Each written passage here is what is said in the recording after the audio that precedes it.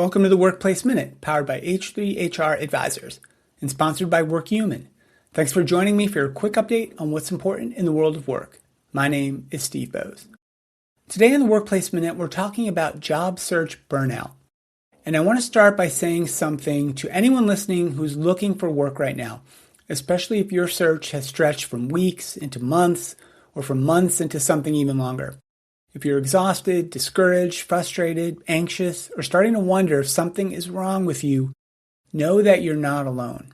And in many cases, the problem is not you. The problem's a labor market and a hiring process that can feel punishing, impersonal, emotionally draining, and that's even for talented, qualified, hardworking people. On paper, the U.S. labor market still looks relatively steady. According to the Bureau of Labor Statistics, the unemployment rate was unchanged last month at 4.3%, and employers added about 115,000 jobs. So that's not a recessionary jobs report. But beneath the headline numbers, the story gets more complicated. The number of long-term unemployed workers, that's people who are jobless for 27 weeks or more, was about 1.8 million in April, and that represents just about 25% of all unemployed people. And another 6.1 million people were not in the labor force but said they wanted a job. And nearly 5 million people are working part-time for economic reasons, meaning they want full-time work but they simply can't find it. So yes, the economy is still creating some jobs, but for many individual job seekers, this market does not feel healthy at all. It feels slow, highly selective, uncertain, frustrating, and exhausting. So that's why a new report from Glassdoor on job search burnout is so important. Glassdoor found that more than 53% of job seekers have paused their job search just to protect their own mental health. Let that sink in for a moment.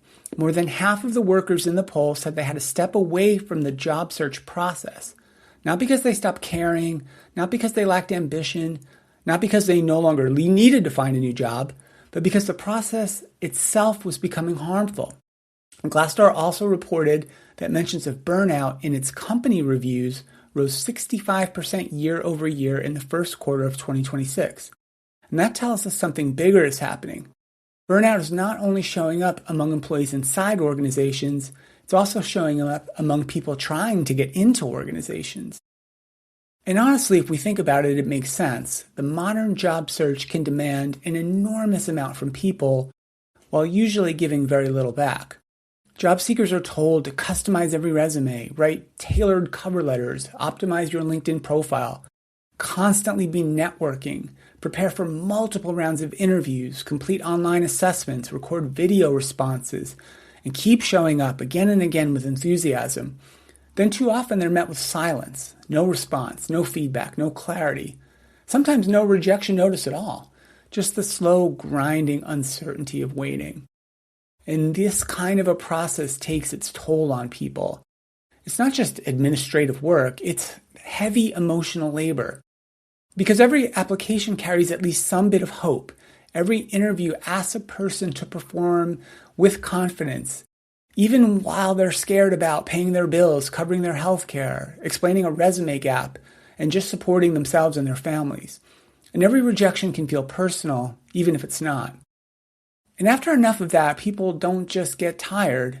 They start to lose their confidence, their identity, and some sense of control over their lives. And the research on unemployment and mental health supports this. Studies have consistently linked unemployment, especially long-term unemployment, with higher risks of depression, anxiety, stress, lower life satisfaction, and overall poor well-being. Johns Hopkins notes that job loss and job insecurity can lead to stress, anxiety, depression, grief, and other difficult emotions.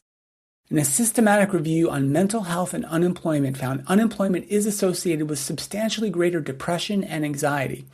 And earlier research on the long-term unemployed found at least a twofold risk of mental illness, particularly depression and anxiety disorders, compared with employed persons. So when someone says the job search is hurting their mental health, we should believe them. We shouldn't dismiss it as some type of weakness. We should not tell them just hustle harder.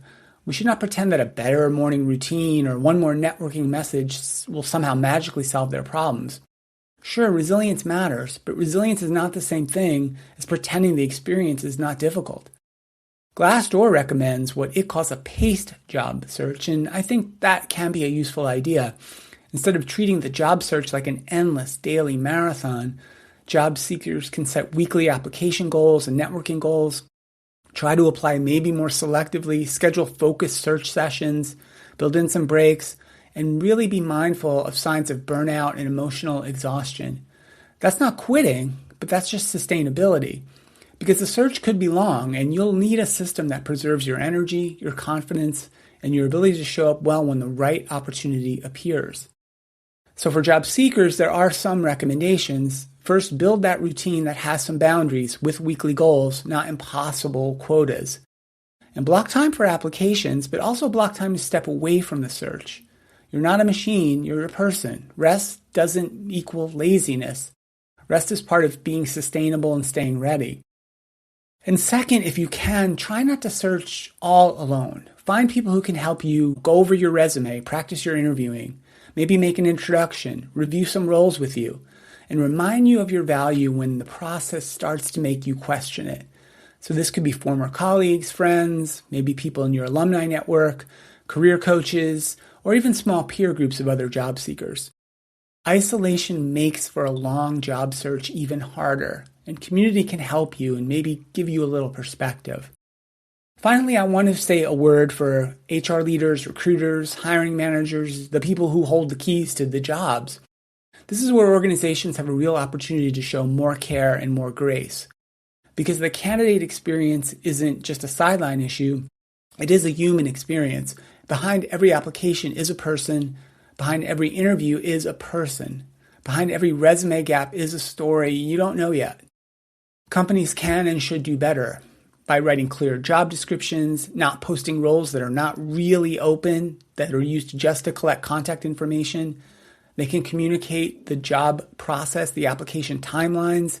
They can reduce unnecessary interview rounds, and just pay attention to how long they keep candidates waiting, and close the loop with the people who take their time to apply and interview. We can train hiring teams to treat candidates with dignity even when they're not selected. And please stop treating the long-term unemployed as an automatic red flag. A person who's been looking for work for 6 months or even a year, they're not damaged goods. They may be resilient. They may be adaptable. They probably are deeply motivated. They just may be caught in this hiring market where things have slowed down, competition's increased. AI screening tools are just filtering them out before they have a chance. And many sectors are just not hiring at all. HR leaders should be careful not to let bias against unemployment periods become another barrier for people already carrying a heavy burden. The job search is one of the most vulnerable experiences in your career.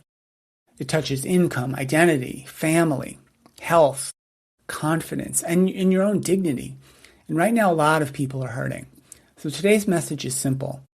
To job seekers, please keep going, but protect yourself while you do. Take breaks, ask for help, pace yourself, and remember your worth is not measured by how quickly a company responds to you. And to employers, show more humanity. Every candidate interaction is a chance to build trust or to break it. Every silence sends a message. Every confusing process adds weight to someone already carrying enough burdens. We can build hiring systems that are efficient without being cold, that are selective without being dismissive, and that are rigorous without being cruel. Work matters in our lives. Opportunity matters. And people searching for their next opportunity deserve more than rejection, emails, or silence. They deserve our respect, our care, and a little grace.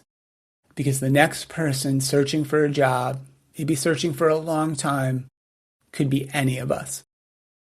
That's it for the show today. A big thank you to WorkHuman for supporting the Workplace Minute, and be sure to subscribe to the HR Happy Hour Network on YouTube or wherever you get your podcasts. I'm Steve Boese, and this has been the Workplace Minute from H3HR.